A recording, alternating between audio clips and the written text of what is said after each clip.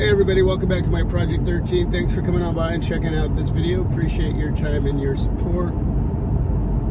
I haven't said a lot about the Google Pixel 4 XL since it's been released. I will honestly, right up front, say I'm disappointed that the ultra-wide camera isn't there.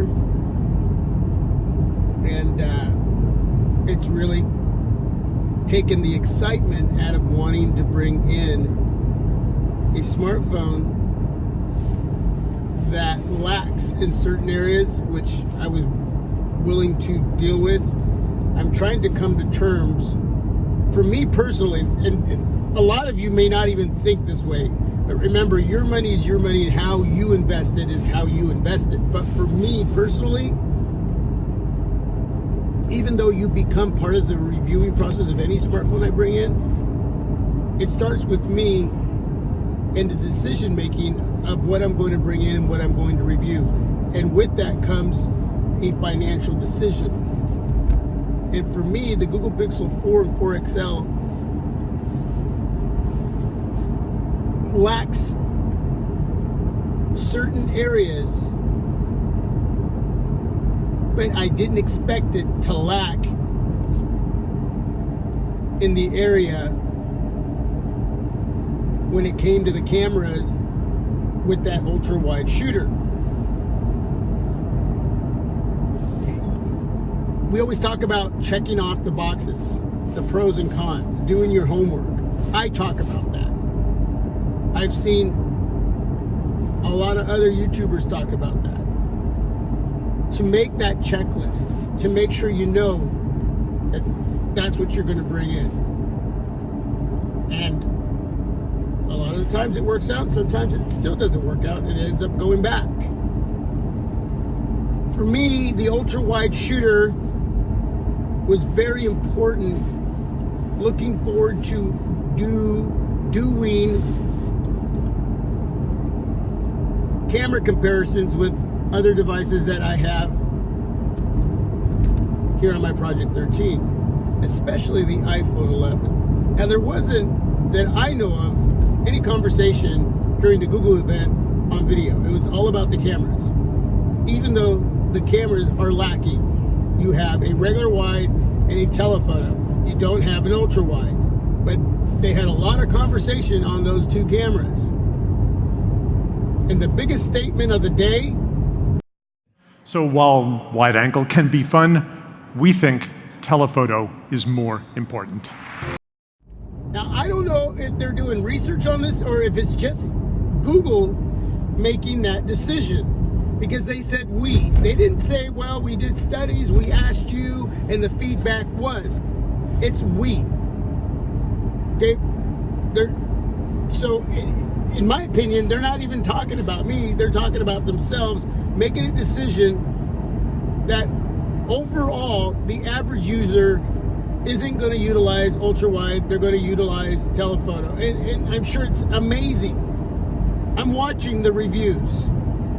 Shout out to all of you YouTubers that I'm connected with, that I've been connected with for some time.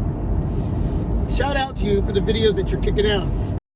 If Google is not doing research, if they didn't get this information back through the consumer, and they're just making that decision, I don't agree with that. In my opinion, that decision needs to be made from the people through feedback. And, well, I'd rather have had a ultra wide shooter than a telephoto shooter, but I'd rather have had all three cameras there. The iPhone 11 with two cameras, regular wide, ultra wide. Apple did it right. Apple did it very right. And that's what the Google Pixel 4 and 4 XL should have been, even though it's still going to be a powerhouse device in other areas, like the 90 hertz refresh rate. I'm sure that's going to be sweet. Hearing a lot of positive on that display. The color accuracy on that display the refresh rate, everything. I think it's a good looking device. The cameras will kill it for what they are. They will do it right. But what about video? Why wasn't that a major topic? Because right now, folks, the iPhone 11 is killing it in the regular wide, ultra wide, and in video.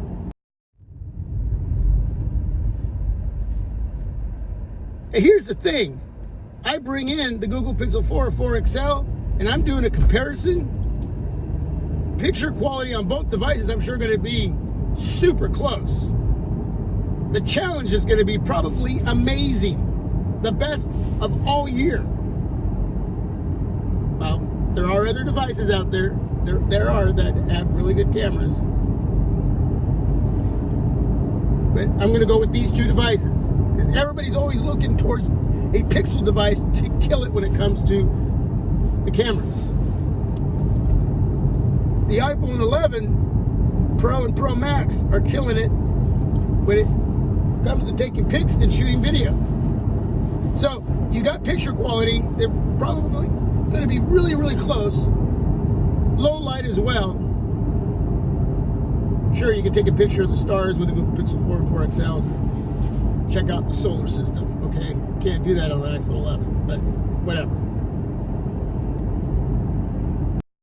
And I'm going to go out on a limb here and just say that when it comes to video, the iPhone 11 is most likely going to take it. And then you can't even challenge the ultra wide area, because there's no ultra wide camera on the Google Pixel 4 or 4 XL to even do that comparison. So if it wins when it comes to shooting video, and it's definitely going to win when it comes to the ultra wide, then the iPhone 11 at the end of the day is most likely going to be the winner.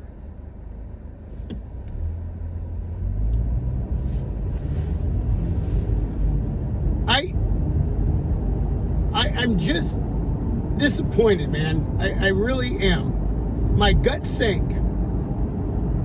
I was like, you got to be kidding me. Ultra wide is fun, but telephoto, we feel that telephoto is more important. Wow.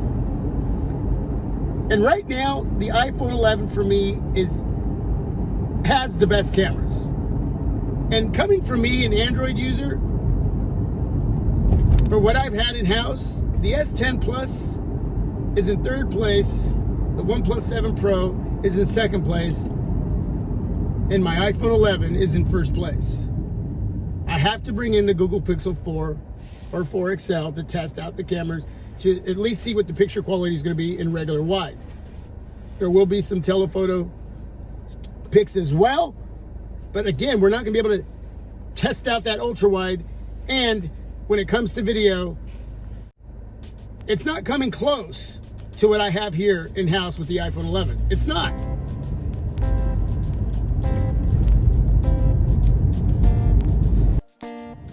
What really would have made up for what they don't have on the Google Pixel 4 4 XL would have been that ultra-wide shooter.